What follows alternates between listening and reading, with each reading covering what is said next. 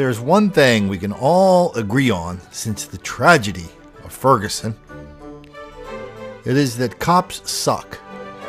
All the time, everywhere, that explains everything, and they're always picking on black people for no reason whatsoever. Did you ever notice that?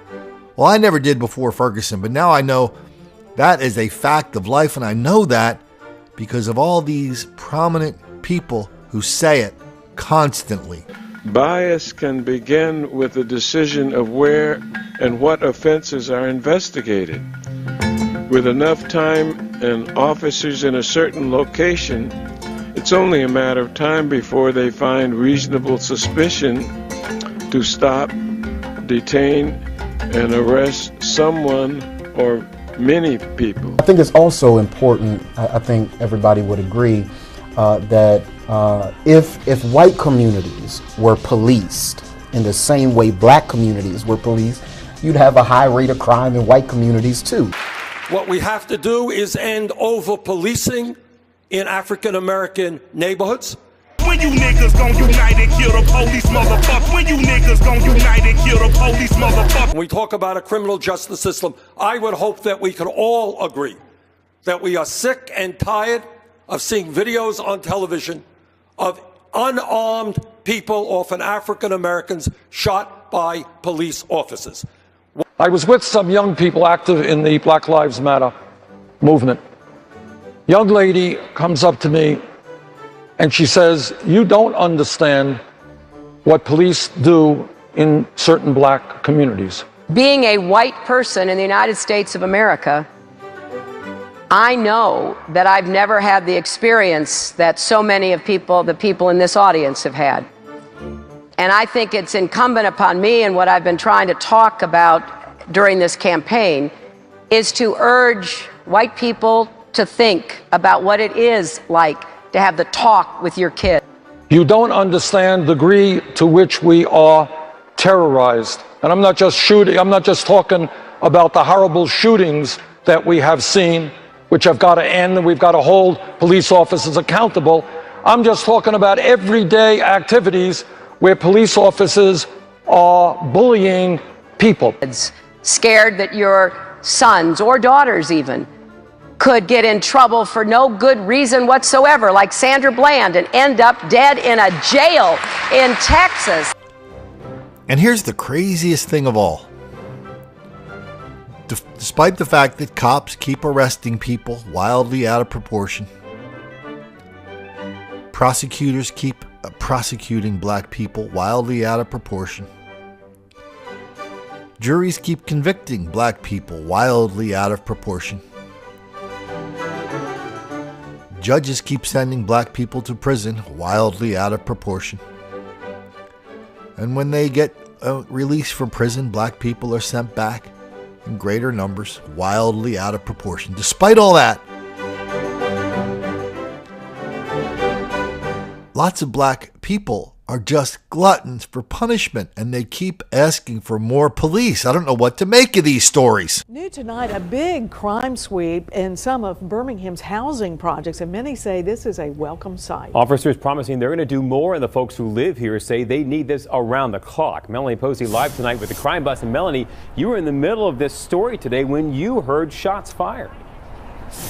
You know, Jonathan, it was really a scary moment. I saw an argument where one man was choking another, and as I went a little bit further down to speak with a neighbor, I heard about 5 to 8 shots ring out less than 100 yards away. But you know, it really hammered home the necessity of operations like police conducted last weekend. Now take a look at this. These are just a few of the 26 men that were arrested during that operation, arrested on everything from attempted murder to drug possession. The sweep was conducted by 17 of the Birmingham Police Department's High Cop unit. These are officers assigned only to housing communities, and it's a federally funded part of the program. During the sweep, officers visited Loveman's Village, Southtown, Kingston, Avondale, North Birmingham, Holmes, and Gate City. And aside from the arrests, officers also confiscated a large amount of marijuana, some crack cocaine, and also 2 handguns. Now, I talked to 2 residents in one of those communities who say they are grateful for the operation, but also feel that more police presence is needed. I'm kind of glad that they're doing the operation because it gives us a chance to make the community community better and make us feel safe around here. Because a lot of us have children, and we want to send our kids outside and let them have fun, enjoy themselves, instead of having them cooped up in the house. We need more patrollers out here. We need 24/7 every day that come around the block, circle around the block all the time. Not just circle around the block one time and then think it's all right. No, y'all need to do it constantly. When you niggas gon' unite and kill the police, motherfucker. And police say that they certainly hear that cry from those residents. That's why they were out this past weekend, and they say they will be doing similar operations in the future. Video obtained by 5 on Your Side that police say shows a huge fight outside Stumpy's private club in East Cleveland. It's the type of violence that has residents and neighboring business owners demanding police crack down, and city lawmakers admitting East Cleveland's nightlife has spiraled out of control. And this has been going on for months. For months. East Cleveland Councilman Nathaniel Martin lives across the street from Privé Ultra Lounge on Euclid Avenue.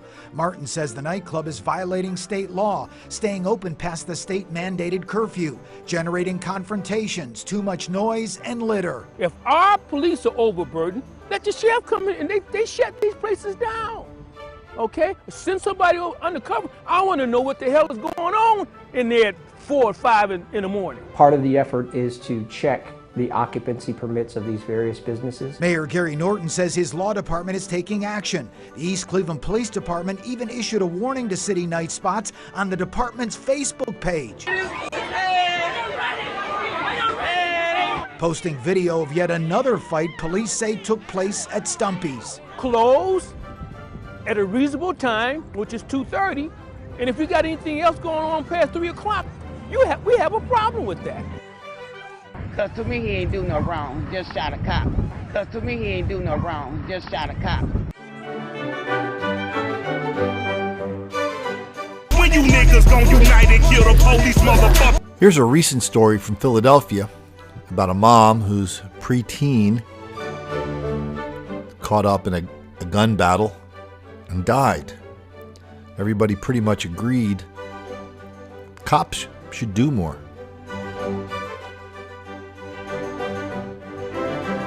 These are the same people, of course, who support Black Lives Matter and who rip down wanted posters in their neighborhoods because everybody knows the cops don't like black people.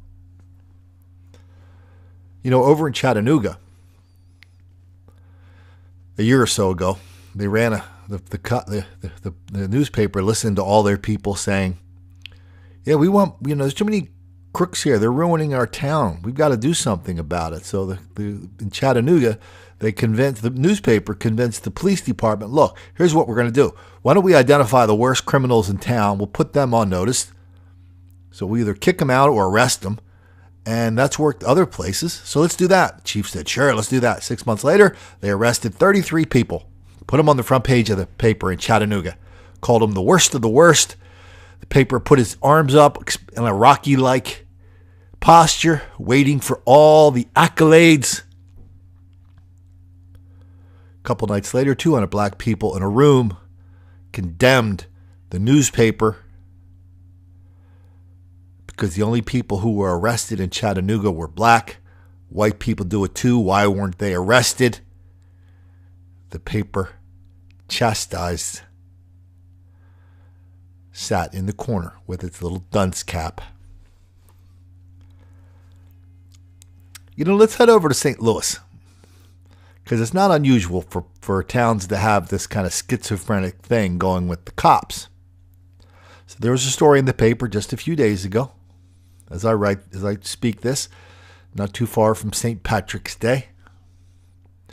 3 kids were shot at a bus stop. A bunch of black people did a drive-by on 3 kids waiting to go to school. City Alderman Chris Carter, he was livid, said he wasn't going to take it anymore because there's not enough cops in his part of St. Louis. Damn it. In other neighborhoods, things happen in the Central West End. You know, one person will get killed. But over here in Walnut Park, in the 6th District, we'll have multiple killings, and they won't send any extra officers, any extra resources our way. According to police statistics, last year Ward 27 had 20 homicides. I've noticed that there's so much happening, and then when you do call the police, it takes them too long to get here. And then when they get here, they want to question you like you had something to do with it. We don't get any extra forces, extra help. We've asked. When you ask, what is the police department's response? That they are doing it. So this is St. Louis, right? Right next door to Ferguson. This is the town where black criminals are more popular than the cops. There was an incident a year or so ago. Somebody said white cop was picking on a black person for no reason whatsoever. Chris Carter, of course, was the one leading the way, piling on to the cops, accusing him of of lying and doing all these bad things. I guess St. Louis is like Burger King. You can have it your way. One day you hate the cops, you don't want them around. The next day you love the cops, you wonder where they went. And in the middle are the cops, of course, who are expected to be mind readers and decide which day the criminals are in favor and which day they are not. But, you know, whenever you talk about this schizophrenic relationship that black people and black leaders have with their cops, I don't like leaving this audio out, even though it's a bit older than the other material we're seeing here. I'm sorry, y'all gotta live through this shit, man.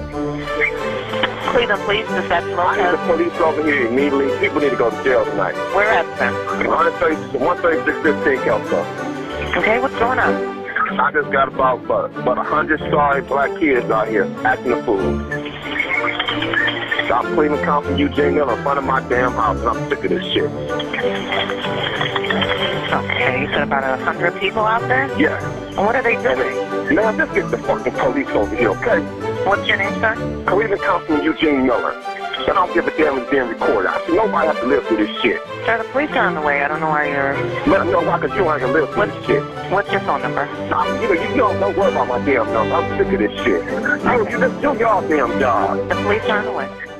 Damn, I'm so confused. Every time I turn on the TV, I can see the president, everybody on down, talking about better police-community relations. Translation: cops are arresting too many black people for no reason whatsoever. Then I see these other places where all these black people are saying, oh yeah, get these criminals the hell out of here. Not everybody likes them.